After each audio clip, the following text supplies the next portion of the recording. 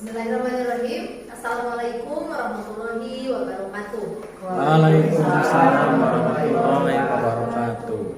Selamat siang ibu-ibu, bapak-bapak. Alhamdulillah pada hari ini kita bisa berkumpul dalam keadaan sehat. Sebelumnya saya ucapkan terima kasih yang sebanyak-banyaknya kepada ibu kepala sekolah yang sudah memberikan izin kepada saya untuk melaksanakan tugas aksi nyata yang mana saya beberapa bulan yang lalu tepatnya saya alhamdulillah lulus untuk menjadi calon guru penggerak angkatan 7 dan sampai saat ini saya sudah menyelesaikan dua bulan ini satu modul. Nah, untuk modul pertama di akhir tugas saya harus melaksanakan aksi nyata. Nah, saya ucapkan juga terima kasih kepada Bapak Ibu guru yang pada hari ini telah menyempatkan waktunya dan kesempatannya untuk mengikuti acara ini. Saya tahu Bapak Ibu pasti sedang punya kesibukan masing-masing, tapi mungkin Ibu Bapak lebih menyempatkan untuk mengikuti acara ini. Saya ucapkan terima kasih yang sebesar-besarnya. Untuk memulai acara ini supaya lebih berkah, mari kita buka dengan mengucapkan salam bersama-sama. Bismillahirrahmanirrahim. Bapak Ibu, nah sebelum memulai lebih lanjut lagi, mungkin kita akan membuat dulu kesepakatan ya. Nanti jika saya selama melaksanakan tugas ini, presentasi dari tugas ini, mungkin ibu bapak ada yang ingin bertanya, mungkin ya, boleh acungkan tangan. Kemudian jika bapak ibu ingin keluar, mungkin ingin ke toilet juga, tidak apa-apa, boleh keluar dulu. Kemudian apabila ada telepon penting, barangkali ada telepon penting, boleh ibu keluar untuk mengangkat telepon terlebih dahulu. Ya, tidak apa-apa bu, santai saja ya. Nah, ya, tidak usah tegang, santai saja ya. Baik ibu, bapak semuanya. Untuk pertama, saya di sini akan berbagi ya, bukan ingin menjelaskan karena saya juga tahu bapak ibu guru di sini semuanya yang apalagi yang sudah senior sudah lebih paham tentang ini. Namun di sini saya hanya ingin mengingatkan kembali, mungkin ingin menambah barangkali ada beberapa poin yang mungkin belum ibu ketahui mungkin atau mengingatkan lagi ya. Jadi saya hanya ingin berbagi saja. Sebelumnya juga saya mohon maaf jika nanti di dalam penyampaiannya kurang maksimal, kurang memuaskan bapak ibu di sini, saya mohon maaf. Ibu bapak, untuk yang pertama tentang tugasnya itu membangun budaya positif di sekolah, itu ya yang menjadi poin pada tugas ini. Adapun latar belakang dari itu semua yaitu murid harus nyaman belajar di sekolah. Sekolah harus menjadi tempat yang aman dan nyaman bagi murid dan warga sekolah sesuai dengan filosofi Ki Hajar Dewantara, yaitu pembelajaran di sekolah harus dapat membawa murid memperoleh kebahagiaan setinggi-tingginya melalui merdeka belajar yang dapat diwujudkan dengan budaya positif. Budaya positif di sekolah dapat dibangun dengan membentuk keyakinan kelas dan menerapkan segitiga restitusi. Dengan adanya keyakinan kelas yang disusun bersama antara guru dan murid, maka semua akan mengupayakan mengupayakan atau menjalankan sebagai langkah awal membangun budaya positif. Penerapan segitiga restitusi juga dapat membimbing murid untuk berdisiplin positif agar murid memiliki karakter profil pelajar Pancasila. Bapak Ibu, mengapa di sini murid harus nyaman berada di sekolah kita ketika belajar? Mengapa sekolah harus menjadi tempat yang aman dan nyaman bagi murid? Saya sudah beberapa waktu yang lalu pun saya selalu mengingatkan, selalu bertanya kepada anak-anak saya di sekolah, baik ketika saya melakukan pembelajaran di kelas ataupun ketika saya menjadi pembina upacara atau apa yang saya selalu bertanya kepada anak-anak, apakah kalian aman belajar di sini? Apakah kalian nyaman belajar di sini? Saya selalu mengingatkan kepada anak supaya anak betul-betul aman berada di sekolah kita, supaya anak-anak nyaman berada di sekolah kita. Mengapa harus aman, harus nyaman? Karena secara logika Ibu, kalau anak-anak aman, kalau anak-anak nyaman, tentu belajarnya akan bahagia, akan penuh dengan senyuman, tertawa juga, belajar akan lebih semangat ya Bu. Apabila anak sudah aman, tidak ada tekanan dari manapun, baik dari teman ataupun guru, tidak ada yang ditakuti di sekolah oleh anak-anak. Semua semangat ketika datang dari rumah ke sekolah membawa semangat yang besar, bahwa sekolah adalah tempat yang aman untuk mereka, merupakan tempat yang nyaman bagi mereka. Ketika tidak sekolah satu hari pun anak-anak akan sangat menyesal karena memang sekolah merupakan tempat yang dia idamkan. Anak harus nyaman Bu, harus nyaman karena akan menciptakan kebahagiaan bagi mereka. Dan apabila mereka sudah bahagia ketika belajar, tentu tujuan pembelajaran yang kita harapkan, prestasi yang kita harapkan, visi misi yang kita inginkan akan dengan cepat dan dengan mudah akan tercapai. Betul tidak Pak? Betul. Jika anak-anak sudah aman, nyaman, maka akan bahagia. Ketika bahagia, tujuan pembelajaran pun akan dengan mudah kita capai. Jadi kita harus meyakinkan kepada anak-anak bahwa anak-anak memang aman sekolah di kita, nyaman ada di kita, betah berada dengan kita, berada di lingkungan kita. Begitu beraninya anak-anak kepada kita untuk mengungkapkan permasalahan-permasalahan kepada kita, kepada guru. Bukan sosok yang ditakutkan oleh anak-anak begitu, tapi memang harus ada dalam hal tertentu anak itu harus berani. Ketika ada sesuatu yang mengancam dirinya, anak harus berani berbicara kepada kita. Karena kita sebagai pengganti orang tua di rumah itu ya, kita di sekolah itu kita guru seperti itu. Nah itu. Kemudian kebahagiaan setinggi-tingginya tersebut melalui belajar yang dapat diwujudkan dengan budaya positif. Ibu Bapak tahu tentang apa itu budaya positif? Budaya positif dari kata budaya dan positif. Kalau kata budaya kita lebih bahasa kita itu kalau sudah sesuatu yang menjadi budaya, sudah menjadi kebiasaan, ya menjadi kebiasaan, sudah sesuatu yang biasa kita lakukan tanpa harus disuruh, tanpa harus diperintah oleh siapapun, datang dari diri sendiri, sudah sadar untuk melakukan hal tersebut. Budaya positif, ya jelas kalau positif kebiasaan berarti ya baik. Seperti itu. Jadi untuk mencapai tujuan pembelajaran tersebut diantaranya dengan budaya positif. Jadi di sekolah upayakan untuk menciptakan kebiasaan-kebiasaan yang baik bagi anak ataupun kita sebagai guru. Bukan hanya anak, tapi di sini guru juga harus sama.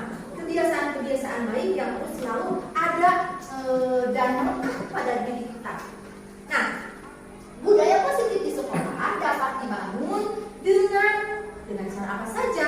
Di antaranya ada keyakinan kelas.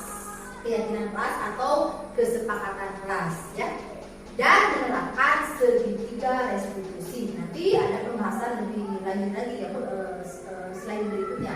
Dengan adanya keyakinan kelas atau kesepakatan kelas, mungkin boleh sama saja disusun bersama antara guru dan murid. Semua akan mengupayakan untuk menjalankannya sebagai langkah awal membangun budaya positif. Bapak Ibu, kesepakatan kelas atau keyakinan kelas dibuat di awal pembelajaran, di awal semester. Apakah Ibu Bapak sudah membuat kesepakatan kelas ketika Ibu pertama masuk semester awal? Ibu sudah membuat? Jadi kesepakatan, yang namanya sepakat berarti harus dibuat oleh kedua belah pihak. Siapa? Kedua belah pihak, antara guru dan siswa. Jadi sebuah kesepakatan antara guru dan siswa, bukan sebuah aturan yang dibuat oleh guru saja yang harus dilakukan oleh anak, tapi ada kesepakatan antara kedua belah pihak. Tentang tujuan pembelajaran, Pak Ibu, tadi kita semua sepakat bahwa kita ingin menciptakan, mewujudkan anak-anak yang sesuai dengan harapan kita itu anak-anak yang bahagia tidak hanya untuk hari ini ya Pak Bu, tapi kebahagiaan untuk masa depan mereka.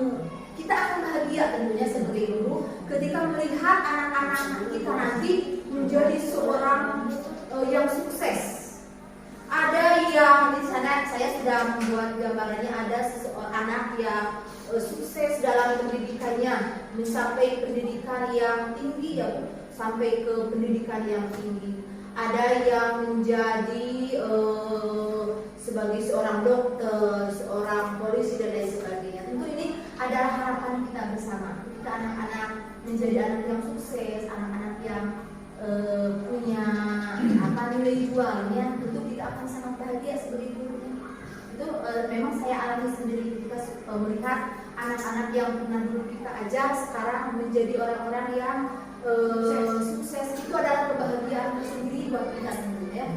Ini Bu, jadi yang kita harapkan bukan hanya sukses secara materi saja, tapi mungkin akhlak juga yang lebih penting. Ketika melihat anak-anak kita menjadi anak yang berbakti, ketika kita bertemu mereka hormat, patuh kepada kita, itu merupakan kebahagiaan buat kita. Kita tidak mengharapkan ketika kita bertemu nanti dengan anak didik kita, anak-anak yang misal dalam informasinya anak itu kenakalan tertentu lah gitu. Itu merupakan sebuah kekecewaan buat kita semua. Kita berharap bahwa anak-anak itu menjadi anak-anak yang memang kita harapkan bersama itu anak-anak yang sukses, yang bahagia, yang memiliki pekerjaan yang mapan, yang secara materi pun tidak kekurangan. Baik, tidak hanya itu tapi akhlak yang juga bermanfaat, ya, yang bermanfaat kepada diri dia pun, yang bermanfaat bagi keluarganya, bagi masyarakatnya dan bagi semua. Itu adalah harapan kita bersama sebagai ya Bu. Selanjutnya Bapak Ibu, tentang kesepakatan kelas. Tentang kesepakatan kelas ini tadi di awal pembelajaran saya sudah membuat kesepakatan kelas. Mungkin Ibu Bapak juga sudah membuat kesepakatan kelas, tapi tidak secara rinci mungkin ya Bu, tidak dengan secara tertulis secara langsung.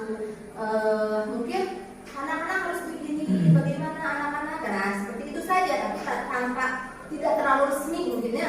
Ini saya sudah membuat beberapa waktu yang lalu kesepakatan kelas dengan anak di awal pembelajaran, di awal semester saya sudah membuat dengan anak-anak kelas 5, di mana kesepakatan kelas ini saya buat antara saya dan anak-anak. Jadi bukan dari data dari saya saja, tapi ini dari saya dan anak-anak. Jadi contoh ada video yang bisa kita simak bersama tentang video kesepakatan kelas yang mungkin Bapak Ibu nanti ke depan bisa bisa melihat mungkin ya. Kalau ada yang lebih baiknya bisa diambil oleh Bapak Ibu semua. Ini contoh kesepakatan kelas yang sudah saya buat di awal pembelajaran. Ya, Bapak Ibu bisa.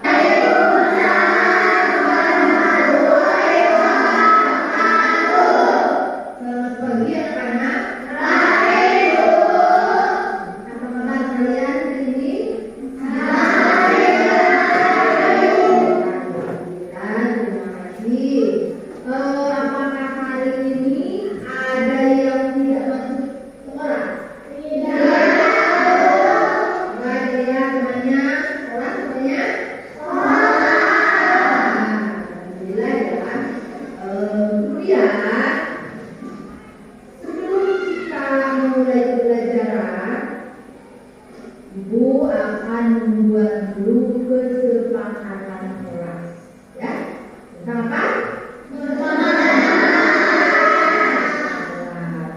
Supaya kelas kita nyaman, supaya kelas kita aman, ya, supaya belajar kita menyenangkan, senang, menyenangkan. Kita buat dulu kesepakatannya, ya. Coba kesepakatan kelas untuk kelas kita, kelas 5. Apa saja yang menurut kalian yang harus dilakukan? Coba.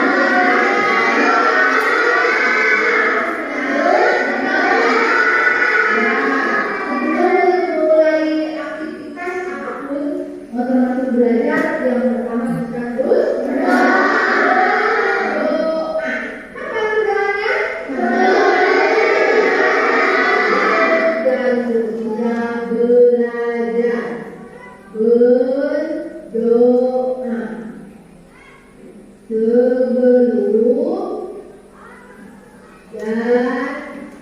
sebelum dan sesudah belajar.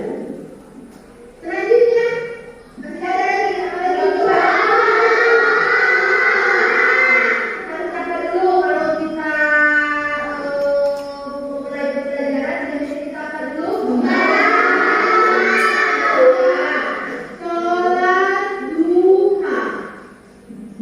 Sholat duha. Setelah sholat duha kan kita biasanya apa dulu? Sholat duha dan tadarus.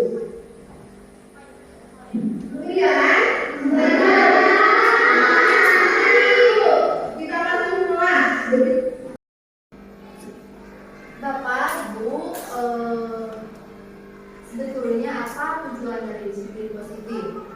Tujuan dari disiplin positif yaitu untuk menanamkan motivasi pada murid kita untuk menjadi orang yang mereka inginkan dan menghargai dirinya sendiri dengan nilai-nilai yang mereka percaya. Ya, pengertian nilai kebajikan, nilai positif manusia yang merupakan tujuan Tuhan yang ingin dicapai setiap individu. Nilai tersebut bersifat universal dan lintas rasa, suku bangsa, agama maupun latar belakang. Nilai-nilai kebajikan yang ingin dicapai oleh setiap anak Indonesia kita kenal dengan profil pelajar Pancasila. Nah, Ibu sudah tidak asing lagi ya kalau kita mendengar profil pelajar Pancasila, karena tujuannya seperti itu. Pada akhirnya tujuan daripada disiplin positif ini atau budaya positif ini adalah untuk mencapai anak-anak yang memiliki profil pelajar Pancasila. Terus profil pelajar Pancasila itu apa saja? Ibu sudah tahu pasti ya bahwa profil pelajar Pancasila itu ada 6. Di antaranya yang pertama adalah beriman, bertakwa kepada Tuhan dan berakhlak mulia. Jadi kita menginginkan anak yang beriman, yang bertakwa kepada Tuhan. Itu yang nomor 1. Di antara dari semua itu adalah supaya anak itu beriman, bertakwa. Yang kedua, berkebinekaan global. Yang ketiga, mandiri. Itu diharapkan anak yang mandiri, tidak tergantung kepada siapapun, bisa melakukan sendiri, yang selalu bergotong royong, yang kreatif, memiliki ide-ide cemerlang, tidak hanya diam saja kaya, tapi memiliki keinginan yang lain, kreatif anaknya. Ketika disuruh begini, anak memiliki keinginan yang lain, memiliki cara yang lain. Kemudian memiliki kemampuan bernalar kritis. Kalau 6 profil pelajar Pancasila ini kita hafal satu-satu, kadang kita suka lupa ya Pak, Bu, suka lupa. Kan kita suka menyanyikannya. Kita nyanyikan bersama profil pelajar Pancasila dengan dengan nada lagu beca atau gimana Bu kata-katanya? Pelajar Pancasila beriman dan bertakwa pada Tuhan yang Esa dan berakhlak mulia, berkebinekaan global, mandiri gotong royong, kreatif dan bernalar kritis. Itu profil pelajar Pancasila yang kita harapkan bersama adalah seperti itu. Tujuan daripada pembelajaran kita membudayakan disiplin positif, melakukan berbagai cara metode, intinya mencapai anak yang memiliki profil pelajar Pancasila ini. Sekali lagi Bu, biar tidak lupa, supaya lebih semangat, tidak rebutan. Kita satu kali lagi hafalkan tentang tujuan budaya positif, yaitu profil pelajar Pancasila. Kita nyanyikan bersama-sama ya. Satu kali lagi Bu, ya. Belajar Pancasila, beriman dan bertakwa pada Tuhan yang Esa dan berakhlak mulia, berkebinekaan global, mandiri gotong royong, kreatif dan bernalar kritis. Itu profil pelajar Pancasila yang kita inginkan, yang kita harapkan bersama. Semoga dengan kebiasaan, dengan budaya positif, dengan disiplin positif, kita akan mencapai profil pelajar Pancasila, ya Pak. Selanjutnya menanyakan, boleh ya, nanti kita ada sesi pertanyaan. Selanjutnya Bapak Ibu, pendidik itu hanya dapat menuntut tubuh atau kekuatan hidupnya, kekuatan kodrat yang ada pada anak-anak agar dapat memperbaiki lakunya. Tadi saya sudah bilang, hidup dan tumbuhnya kekuatan kodrat anak. Jadi kita sebagai pendidik itu hanya menuntut saja, tidak perlu memaksakan untuk menjadi apa. Seperti halnya kita sebentar lagi akan menghadapi Olimpiade, menghadapi kegiatan lomba-lomba seperti kan kita tidak semua anak dibutuhkan untuk pintar matematika ya Pak Bu. Ada anak yang kita betul, ini anak bagusnya di olahraga, ini anaknya di puisi kemampuannya, anak ini ternyata lebih condong ke agama, ini ke seni, seperti itu. Jadi kita tidak usah anaknya harus sempurna, semua pelajaran harus dipahami oleh anak. Tidak seperti itu juga. Tapi kita sebagai guru menuntut karena anak sudah memiliki kemampuannya. Terbukti ketika kita akan menghadapi lomba nanti, kan kita ingin anak, dibutuhkan untuk menggambar, untuk mendongeng, puisi dan sebagainya. Jadi seperti itu Bu. Pendidik layaknya seorang petani, katanya Bu, yang tidak bisa merubah jenis tanamannya, hanya merawat tanamannya supaya bisa tumbuh maksimal dengan pupuknya, airnya, kondisi tanahnya. Jadi kita sebagai guru, sebagai pendidik di sini layaknya sebagai seorang petani. Ketika petani menanam jamu, tidak mungkin petani berharap ingin menghasilkan sebuah cabai. Menanam bonteng berharap menghasilkan semangka, durian, tidak mungkin. Petani di sini ketika menanam jamu, memang harapannya adalah menghasilkan jamu. Tugas petani merawatnya. Bagaimana cara merawatnya? Diberi pupuk yang benar, diairi yang benar, kondisi tanahnya seperti apa, dirawat. Itu hanya sebagai seorang guru, Pak.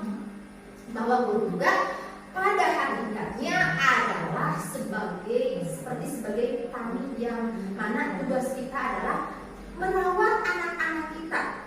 Silakan saja. Kita tidak perlu memaksa anak ini memang kemampuannya di sini kita paksa untuk menjadi seorang ini, tidak seperti itu. Kita menuntut saja kemampuan anak, bahwa anak ini menonjolnya dalam hal ini kita rawat, kita jaga, kita pelihara. Kita seringkali bahwa mengukur kesuksesan itu menjadi seorang dokter, gitu ya, menjadi seorang polisi, tanpa kita sadari kalau berbicara materi justru bukan itu yang paling banyak menghasilkan uang. Saya pernah melihat di YouTube ketika 3 bersaudara, Rianicis, Dokter Cindy dengan siapa? Ustazah Oki. Di antara ketiga bersaudara, Ustazah Oki dan Dokter Cindy adalah anak yang sangat berprestasi, selalu menjadi juara. Dan Rianicis itu adalah anak yang paling prestasinya paling bawah. Tapi sekarang dia jauh lebih menghasilkan, yang lebih sukses. Mengapa? Dulu katanya orang tuanya tidak memaksa Rianicis untuk menjadi seorang yang berprestasi dalam akademik. Ya ikuti saja. Ia senangnya seperti itu, ya silakan saja. Karena ia tahu orang tuanya bahwa kesuksesan Rianicis mungkin bukan jalan seperti itu, ada jalan lain seperti itu. Jadi kita lebih terbuka mungkin ya Bapak Ibu sekarang, bahwa memang anak itu memiliki kemampuan. Di sekolah, di sini di sekolah, setiap anak memiliki kemampuan kodratnya masing-masing.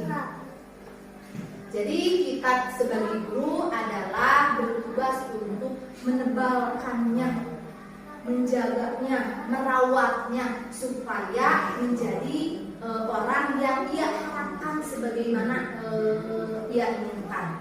Jadi apapun itu, selama itu baik, selama itu berada pada jalur yang benar, tidak apa-apa. Ya, selanjutnya Bapak Ibu, dasar pendidikan menurut Ki Hajar Dewantara bahwa kodrat anak itu bermain. Ibu Bapak sepakat tidak bahwa anak itu kodratnya bermain? Setuju ya Pak? Memang anaknya bermain. Sebelum masuk bermain, ketika sedang belajar bermain juga, setelah istirahat bermain, pulang ibu bapak tidak usah heran, karena memang kodrat anak itu seperti itu. Karena anak itu kodratnya ya bermain. Tidak apa-apa Bu Pak bermain anak, selama permainan itu bisa diambil sisi positifnya, bisa kita ambil bahwa anakku ketika sedang belajar harus senang si anak kita gambar.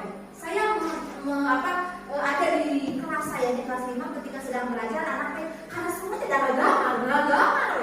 Belajar matematika menggambar, pelajaran IPA yang lainnya pun menggambar. Ternyata anak memang mungkin kemampuan dalam menggambarnya memiliki kemampuan lebih dibandingkan dengan teman-teman. Kita tidak perlu memaksakan anak untuk jangan seperti itu. Bahkan saya sendiri memberikan waktu kepada anak tersebut. Silahkan kalau kamu suka menggambar, saya beri waktu. Ketika ada waktu senang, kamu itu sukanya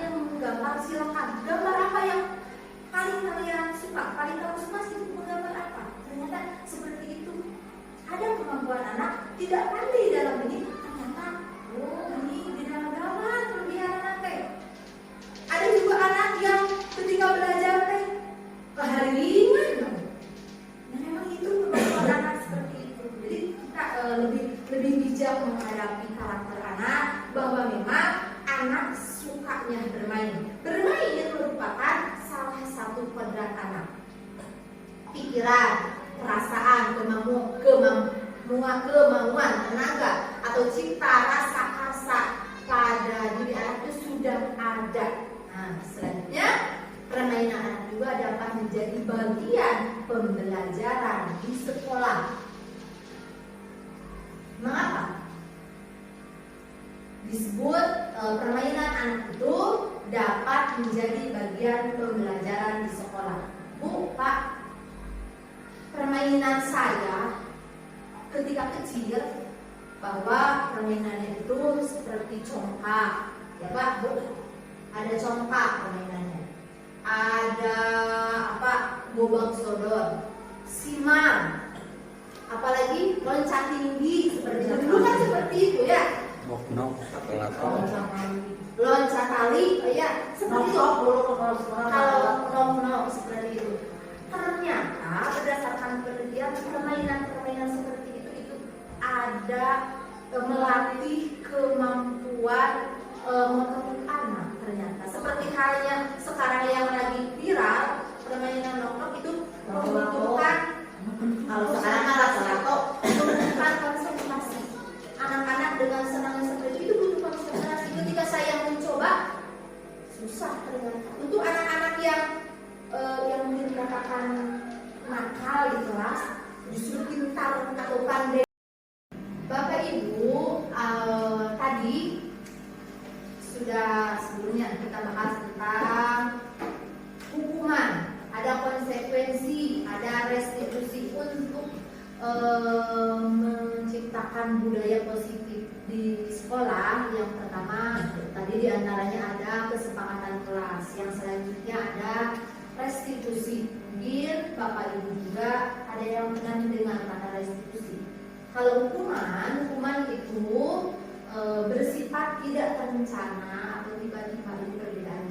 Yang kedua, konsekuensi memberikan pilihan jalan keluar kepada pelanggar. Pemberian konsekuensi hendaknya relevan dengan tindakan pelanggaran yang dibuat. Dan selanjutnya ada restitusi memberikan pilihan-pilihan alternatif yang bisa dipilih pelanggar agar dapat menyelesaikan masalahnya. Tuh ya. Selanjutnya restitusi. Barangkali ibu bapak masih belum begitu banyak pemahaman tentang restitusi. Karena saya pun mengetahui banyak tentang restitusi ini ketika saya sudah mengikuti program Guru Bergerak ini. Ada kata restitusi Pak. Restitusi itu merupakan proses menciptakan kondisi bagi murid untuk memperbaiki kesalahan mereka sehingga mereka bisa kembali pada kelompok mereka dengan karakter yang lebih kuat. Restitusi juga adalah proses kolaboratif yang mengajarkan murid untuk mencari solusi dari masalahnya, membantu murid berpikir tentang orang seperti apa yang mereka inginkan dan bagaimana mereka harus memperlakukan orang lain. Itu restitusi Pak. Menciptakan kondisi bagi murid untuk memperbaiki kesalahannya. Karena ya tentu di setiap saat, setiap hari tidak lepas dari yang namanya anak-anak kita ya di sekolah dasar, mungkin entah di sekolah yang lain, jenjang lain atau di sekolah lain. Tapi kalau di kita hampir selalu ada saja kesalahan-kesalahan menurut kita yang dilakukan anak.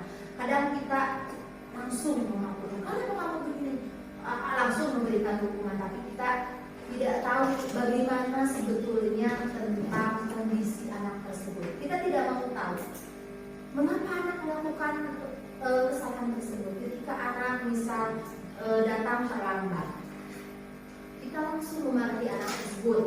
Kita marah. Jam berapa kamu bangun? Mengapa? Dan sebagainya. Kita marah kepada anak. Kita hampir lupa bertanya kepada anak. Mungkin anak ada masalah di rumahnya, kita tidak mau tahu itu.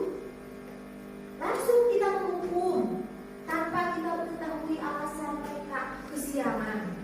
Oh, jangan-jangan pernah saya juga mendengar ada anak yang selalu kesiangan, padahal dia pintar. Ternyata ketika ditanya selalu dihukum, sampai pada akhirnya anak itu ditanya oleh gurunya, mengapa selalu kesiangan?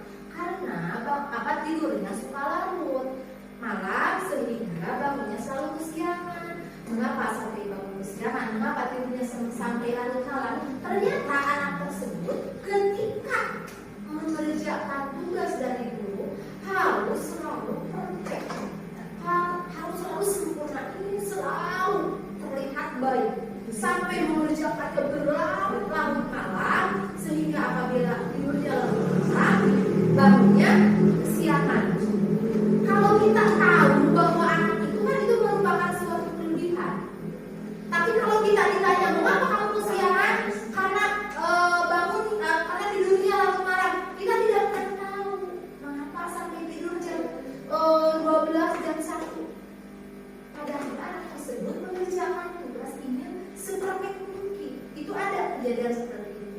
Nah, kita lebih bijak ya dengan cara melaksanakan restitusi. Nanti Ibu Bapak juga di sini mungkin bisa ketika melihat pelanggaran yang dilakukan oleh anak, nanti Ibu bisa melaksanakan langkah-langkah restitusi. Nanti ada langkah-langkahnya yang bisa Bapak Ibu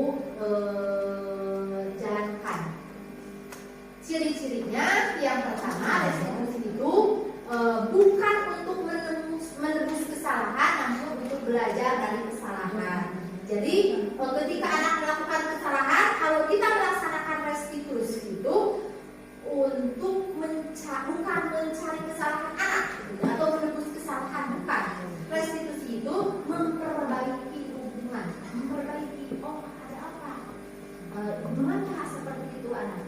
Restitusi adalah tawaran, bukan paksaan. Pokoknya kamu harus begini, jangan begini. Itu paksaannya, itu bukan langkah yang baik. Restitusi menuntun untuk melihat ke dalam diri, bukan memaksa, tapi menuntun. Oh, ternyata seperti ini. Anak mengapa seperti ini? Oh, ternyata begini alasannya. Lebih baik Bu ketika kita bijaksana melihat permasalahan yang ada pada anak. Pasti setiap kelas, di kelas anak memiliki karakter yang berbeda-beda. Si A begini, si B begini. Nah, anak dia setiap hari seperti ini, kesiangan terus. Ditanya terima seperti itu. Nah, oh ternyata kita tidak tahu. Oh, bagaimana dengan keadaan di rumahnya, keluarganya. Jangan-jangan anaknya itu tidak pernah dibangunkan oleh orang tuanya. Orang tuanya juga bangunnya kesiangan. Kan kita tidak tahu. Jadi kita lebih baik untuk memperbaiki, mencari solusi untuk anak, bukan menyalahkan kepada anak ya. Dan selanjutnya ada hubungan, konsekuensi dan restitusi tadi sudah dibahas. Posisi kontrol. Ketika kita melaksanakan restitusi, ada posisi kontrol guru. Posisi kontrol guru ada 5.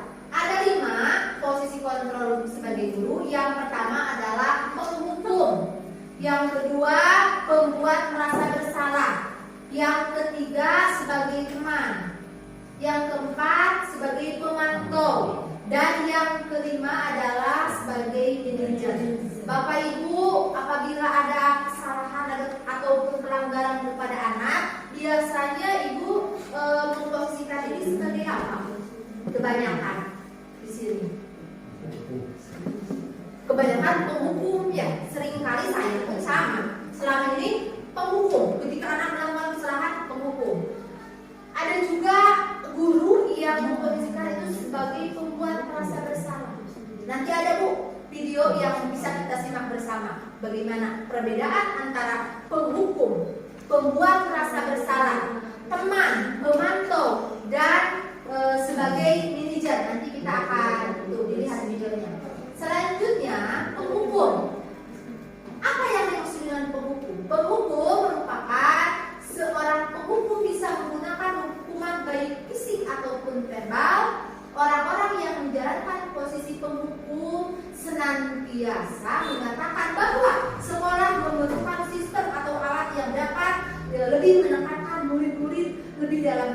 lebih menekan kepada anak. Guru-guru yang menerapkan posisi pemukul akan berkata, ciri-cirinya seperti ini. Bu, apakah ibu sudah di mana kondisinya? Ibu akan tahu sendiri. Nih, kata-katanya, patuhi aturan saya, atau awas, kamu nanti bla bla bla. Nah, itu posisi pemukul. Atau kamu selalu saja salah. Kapan sih kamu akan begini? Nah, itu pemukul.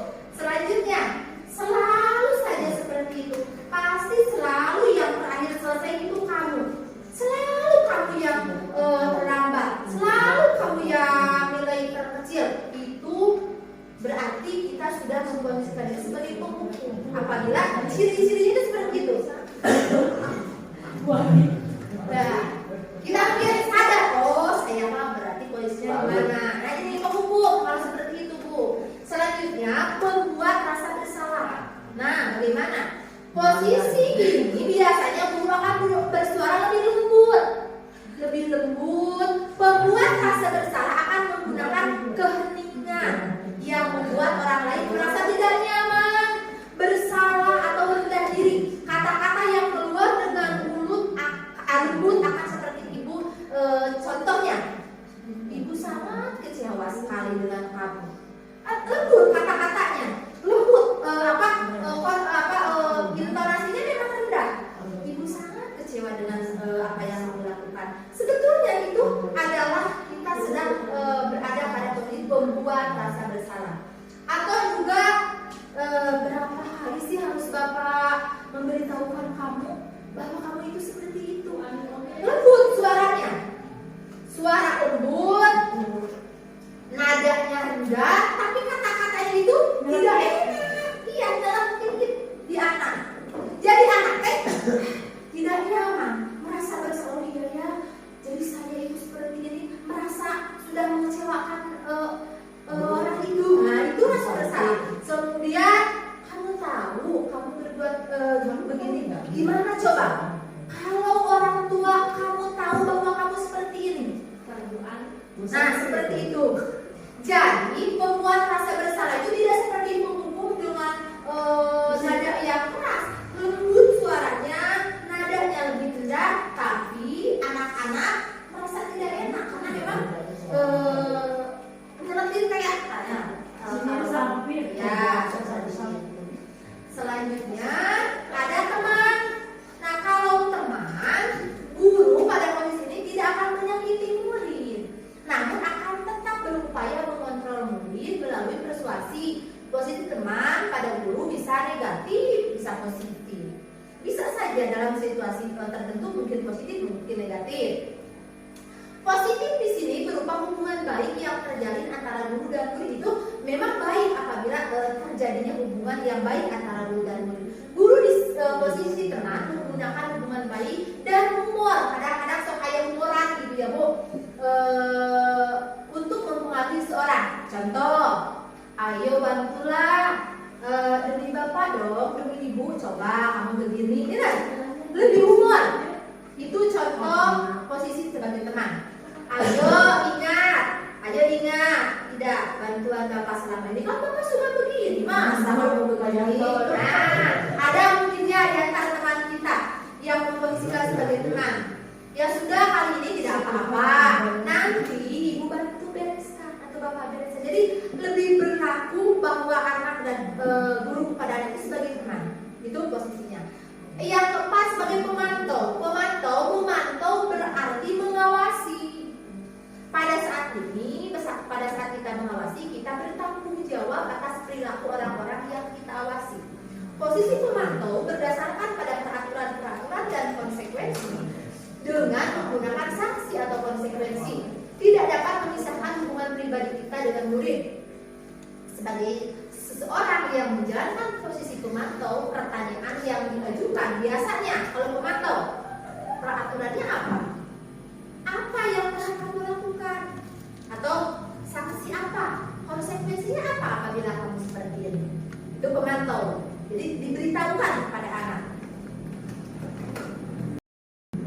Dan yang kelima adalah posisi manajer. Nah, ini posisi manajer. Apakah di antara Bapak Ibu ada yang sudah memposisikan diri sebagai seorang manajer, di mana posisi manajer adalah posisi di mana guru berbuat sesuatu bersama dengan murid, mempersilahkan murid mempertanggungjawabkan perilakunya, mendukung murid agar dapat menemukan solusi atas permasalahannya sendiri. Seorang manajer akan berkata, apa yang kita yakini. Kembali pada kesepakatan kelas pada awal. Ketika anak melakukan kesalahan, apa kamu meyakini bahwa aturan kita kesepakatan kelas kita kan seperti ini, seperti itu. Kemudian jika kamu meyakininya, apakah kamu bersedia memperbaiki? Jadi diserahkan kepada anak. Tidak kita yang memberikan keputusan, diserahkan kepada anak. Apabila kamu meyakininya, apabila kamu sudah tahu bahwa ini tidak baik, harusnya seperti ini, apakah kamu bersedia untuk melakukannya, memperbaikinya? Ya, mungkin kata anak. Jika kamu memperbaiki hal ini menunjukkan apa tentang dirimu? Apa rencana kamu untuk memperbaiki hal ini? Jadi, kalau posisi manajer ini posisi di mana tidak ada tekanan kepada anak, lebih menyerahkan keputusannya itu kepada anak. Dari 5 posisi tersebut, Bu, mungkin apabila kita sebagai siswa pun kita akan menyadari bahwa posisi manajer adalah posisi yang paling ideal, yang tidak menimbulkan dampak tidak baik, lebih enak kepada murid. Ketika ada pelanggaran yang dilakukan anak, kamu tahu tidak? Kamu mengapa? Contoh, ketika ada anak yang kesiangan, mengapa kamu kesiangan? Kamu tahu tidak? Jam masuk itu jam berapa? Jam sekian. Mengapa kamu kesiangan? Karena saat ini. Mengapa kamu kesiangan? Karena tadi tidurnya terlalu malam. Mengapa terlalu malam? Habis main itu. Kamu tahu tidak bahwa itu tidak itu? Iya, seperti itu. Jadi lebih ke menyadarkan anak tersebut. Tidak usah menjas bahwa anak itu salah, tidak. Diserahkan kepada anak. Oh, ya salah. Jangan seperti itu. Kalau salah pun, kesalahan apapun yang dilakukan oleh anak, apabila kita bijak, maka kita akan menemukan solusi yang baik untuk anak dan untuk kita. Mengapa kita tidak boleh menjadi penghukum? Mengapa kita tidak boleh menjadi seorang pembuat rasa bersalah? Mengapa kita harus sebagai manajer berdapat? Karena besar atau kecil, lambat laun akan menimbulkan dampak yang tidak baik bagi anak, baik secara fisik atau psikis. Ketika ada anak, Bu, di lingkungan saya, ada anak yang seharusnya sudah normal berbicara, tapi maaf, belum lancar berbicara. Padahal teman-temannya sudah begitu lancar berbicara. Setelah saya selidiki, setelah saya tanya-tanya, ternyata mendapat perlakuan kasar daripada orang tuanya. Ketika anak orang tuanya terlalu keras, terlalu galak pada anaknya, itu mungkin dampak secara langsung, secara cepat sudah terbukti ada anak yang sampai pertumbuhannya kurang secara fisik, secara mental. Mungkin, Bu, apabila kita melakukan posisi seperti itu kepada anak, mungkin hari ini kita tidak melihatnya. Ketika kita mendukung anak, kita memarahi anak, mungkin saat ini kita tidak melihatnya. Hari ini jam ini, tapi mungkin entah sekian tahun yang akan datang, mungkin di mana pastinya anak akan mendapatkan, mungkin biasanya saya pun mengalami. Saya ingat dulu ketika saya di SMP, misalkan suka ada yang seperti itu, pengalaman yang tidak baik. Saya pernah diperlakukan oleh si guru ini begini. Jadi akan menimbulkan trauma, mungkin membekas pada anak. Trauma mungkin itu dampak secara langsung ada. Yang terlihat anak kalau dibilang kurang cerdas, tinggal ngalongen. Ya. Kemudian anak yang terlalu keras biasanya pertumbuhan IQ-nya juga mungkin lebih lambat karena memang terlalu keras. Adapun secara lebih lamanya lagi seperti itu akan membekas sehingga anak terdendam, sakit hati. tua pokoknya nama.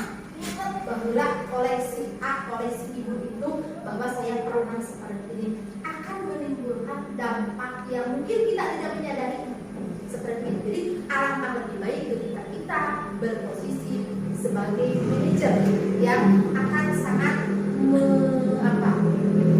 memberikan peluang kepada anak untuk mencari solusinya sendiri. Ya.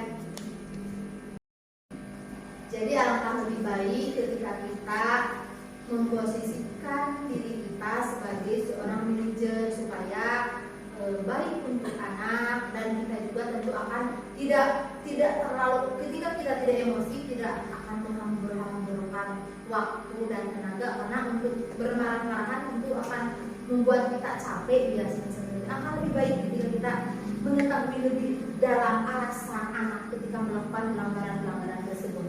Untuk melakukan restitusi tersebut, untuk menjadi seorang sebagai posisi kontrol sebagai manajer, ada langkah-langkah yang harus dilakukan, yaitu langkah segitiga restitusi, di mana segitiga restitusi yang pertama yaitu menstabilkan identitas ketika nanti ibu bapak menghadapi pelanggaran pada anak.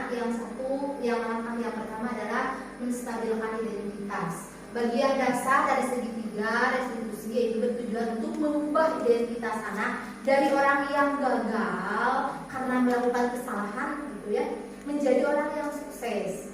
Kalau kita ingin dia menjadi reflektif, maka kita harus meyakinkan si anak dengan cara mengatakan contoh kalimatnya, berbuat salah itu tidak apa-apa. Saya juga pernah melakukan kesalahan itu. Ibu juga pernah melakukan kesalahan itu. Nah, sekarang kita bisa menyelesaikan masalah ini. Jadi seperti itu, Bu. Yang pertama, kita menstabilkan dulu. Ketika anak melakukan kesalahan, kita kalau misalnya anak bertengkar, anak emosi, stabilkan dulu dengan cara kata-katanya seperti itu. Nanti ibu bisa sendiri, tidak apa-apa. Mengapa kamu memukul si B? Contohnya si A memukul si B. Karena tadi menghina bapak saya, bisa suka ada seperti anak. Nah, kita tidak usah, tidak salah. Nah, tidak seperti itu, Bu. Kalau kita bisa lebih jangan, kita katakan kepada anak, tidak apa-apa. Berbuat salah itu tidak apa-apa, wajar.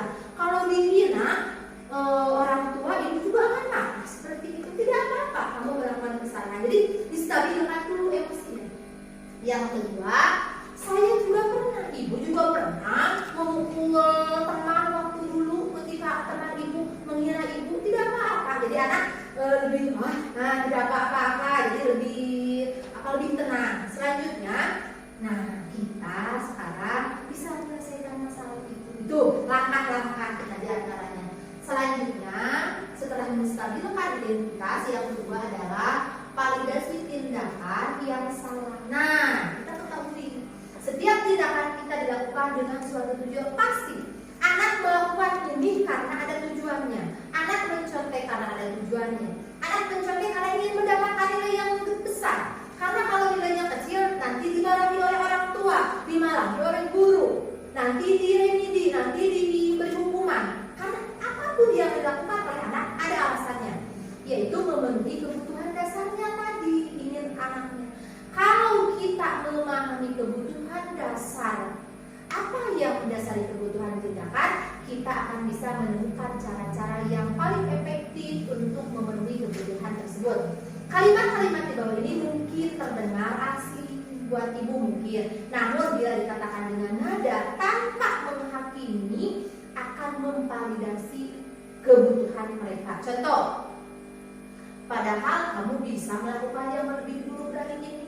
Sebetulnya kamu bisa saja tidak hanya memukul, bisa saja kamu bagaimana, tapi kamu hebat, kamu tidak melakukan hal itu. Jadi divalidasi. Kemudian kamu pasti punya alasan mengapa kamu begini. Kita tanyakan seperti itu. Kamu patut bangga pada dirimu sendiri karena kamu telah melindungi sesuatu yang penting buatmu. Karena ketika menghina orang tua yang kita hormati, kita sayangi dihina, misalkan itu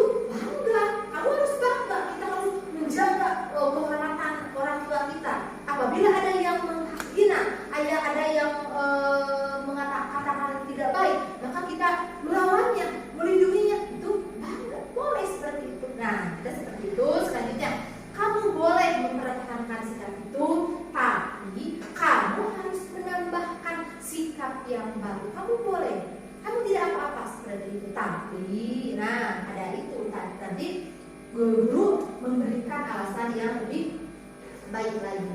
Dan selanjutnya tahap ketiga adalah menanyakan keyakinan kelas. Kembali lagi akhir-akhirnya ke keyakinan atau kesepakatan kelas kita. Teori kontrol menyatakan bahwa kita pada dasarnya termotivasi secara internal.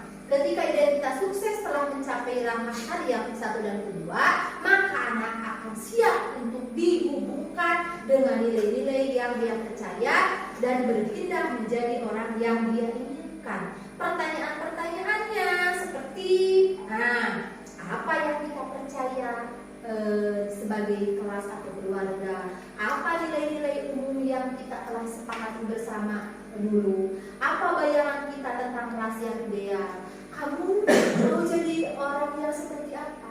Ketika anak tadi masih nyambung ya Bu, ketika anak tadi bertengkar mungkin atau melakukan tindakan kekerasan pada temannya, kita lebih menanyakan kembali lagi tentang kesepakatan kelas kita bahwa kan kita harus saling menghormati, harus saling menghargai dengan teman. Nah kalau seperti itu berarti kita tidak menghargai anak. Sendiri sudah tahu, oh iya, saya kan dulu pernah seperti itu, kesepakatan kelas kita itu kita harus saling menghormati, tidak boleh saling mengejek. Anak sudah ada kesadaran dari diri sendiri, harus saling menghormati tersebut. Nah, untuk menciptakan bagaimana, apakah yang kalian inginkan kelas yang bagaimana, yang aman, yang kalau begitu kita harus bagaimana? Tidak boleh menghina, harus saling menghormati. Nah, kembali lagi ke kesepakatan kelas yang sudah kita buat bersama. Apabila itu sudah sadar, sudah melekat pada diri anak, itu akan lebih mudah ya. Bapak Ibu, itu mungkin sedikit pemaparan materi yang sudah saya dapatkan dari program Guru Penggerak ini. Semoga apa yang saya sampaikan barusan ada manfaat, bisa menambah pengetahuan bagi Bapak Ibu semua untuk lebih meningkatkan pembelajaran kita supaya kita bisa mencapai visi misi tujuan pembelajaran yang kita harapkan bersama. Nah, sebelum saya tutup, mungkin di antara Bapak Ibu ada yang ingin bertanya, mungkin barangkali silakan. Ada beberapa menit mungkin kita bisa sebentar ya Bu, mungkin ada tidak akan lama, boleh apabila ada yang ingin bertanya silakan ya. Assalamualaikum warahmatullahi wabarakatuh. Sebelumnya saya ucapkan terima kasih kepada Ibu Guru yang telah memberikan ilmu dan pengalamannya kepada kami, dan insya Allah ilmu yang saya dapatkan insya Allah bisa bermanfaat untuk memperbaiki proses pembelajaran kami di dalam pembelajaran kelas ya. Yang ingin saya tanyakan di sini tadi Ibu menerangkan tentang hukuman, konsekuensi dan eksekusi. Di sini saya ingin bertanya, apakah perbedaan dari ketiga kata-kata tersebut ya? Ya, terima kasih. Terima kasih. Ya. Terima kasih ya Ibu Santi. Tadi saya sudah mengatakan tentang ada hukuman, konsekuensi dan restitusi. Perbedaannya, kalau hukuman tadi hukuman bersifat mendadak, secara tiba-tiba, tanpa adanya alasan apapun. Ketika anak melakukan suatu pelanggaran, anak berkata, sekocian, langsung secara mendadak, secara tiba-tiba dilakukan oleh guru, memberikan pelanggaran. Ketika anak melakukan pelanggaran itu bersifat mendadak, langsung, tanpa ada kesepakatan terlebih dahulu. Itu hukuman bersifat tiba-tiba.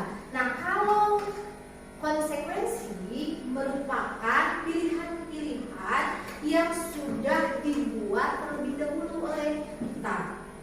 Ya, itu konsekuensi. Biasanya kita kan sudah tahu bahwa anak ketika ini harus begini, ketika begini nanti akan begini. Itu kan konsekuensi.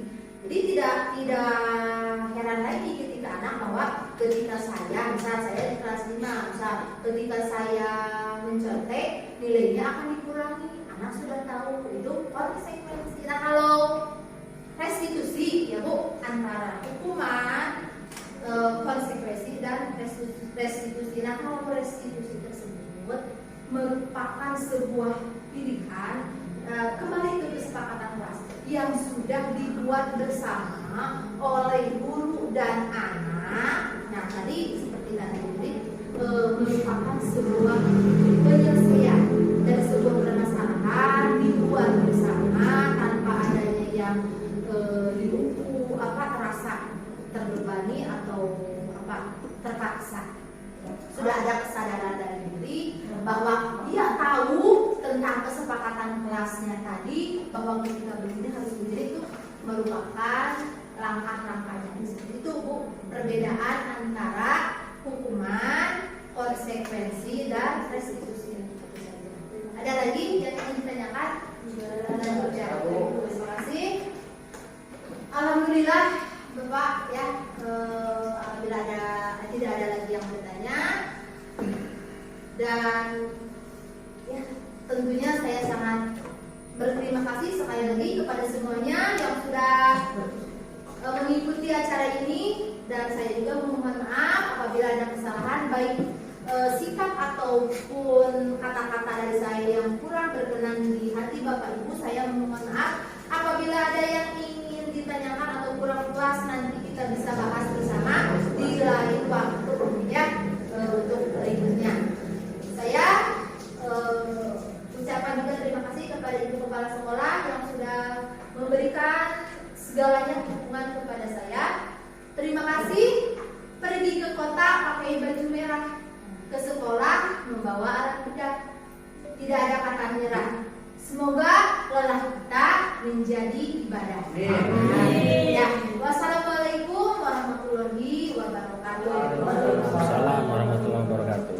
Assalamualaikum warahmatullahi wabarakatuh.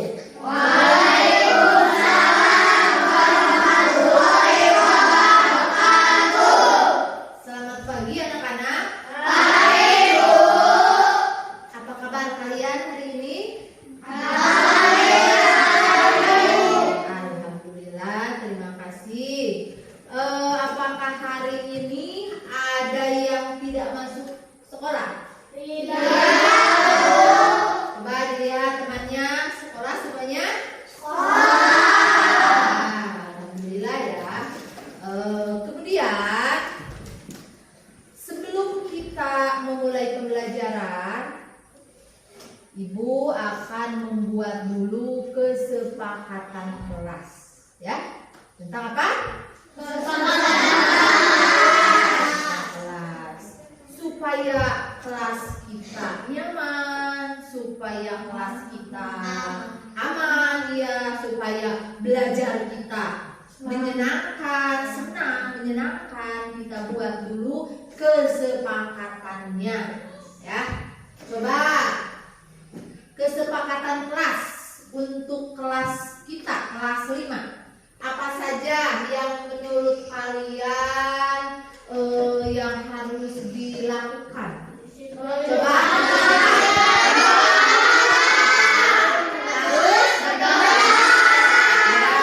Sebelum memulai aktivitas apapun, termasuk belajar, yang pertama kita harus berdoa. Kapan berdoanya? Dan sesudah belajar berdoa.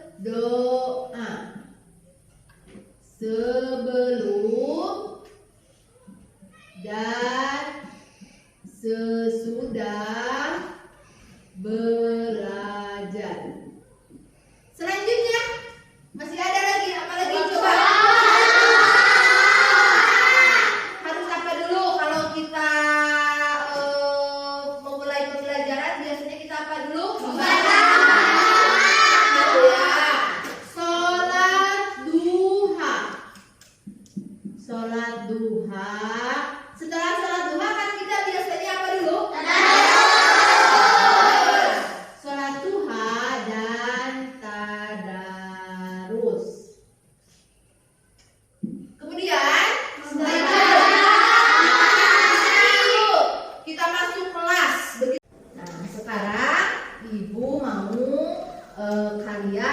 di sini ada yang membacakan kesepakatan kelas yang sudah kita buat bersama ya. Coba di antara kalian ada yang mau ke depan membacakan kesepakatan kelas kita? Coba ada yang mau membaca ke depan? Siapa? Ya, tidak usah semuanya, tidak usah semuanya. Coba Ardi coba boleh ke depan membacakan kesepakatan kelas kita. Ya, apa saja? Berdoa sebelum dan sesudah belajar, sholat dua, ditambah tadarus, membaca sebelum belajar, 5S, senyum, sopan, salam, santun. Ya, yang kelima apa? Disiplin, Terus? jujur, 7. menjaga kebersihan, Dan saling delapan? menghargai dan menghormati. Iya, coba boleh duduk. Terima kasih ya. Lupa, ini lupa ya belum di judul. Kesepakatan kelas. Nah, coba ada lagi? Siapa yang mau membacakan kesepakatan kelas kita? Coba cungkan tangan. Ada perempuan. Sekarang perempuan, siapa yang mau? Cungkan tangan. Semua aja, satu aja ya. Tidak usah banyak-banyak. Satu orang saja. Coba Putri, boleh di depan membacakan kesepakatan kelas kita. Boleh dibacakan apa saja? Ya. So. Berdoa sebelum dan sesudah belajar, sholat duha ditambah tadarus, membaca sebelum belajar, 5S, senyum, sapa, salam, sopan santun, disiplin, jujur, menjaga kebersihan, saling menghargai dan menghormati. Ya, terima kasih ya. Itu sepertinya dua orang sudah cukup ya. Ada laki-laki dan ada perempuan yang sudah mewakili ke depan untuk membacakannya. Tapi coba lihat oleh kalian semua, ini semua sudah paham ya? Jadi kesepakatan kelas ini kita buat bersama, kita laksanakan bersama. Tidak ada yang keberatan ya, karena ini hasil kesepakatan kita bersama. Ya, terima kasih anak-anak. Nah, hari ini kita sudah membuat kesepakatan kelas kita, yaitu kelas 5. Nah, untuk selanjutnya kita akan memulai pembelajaran.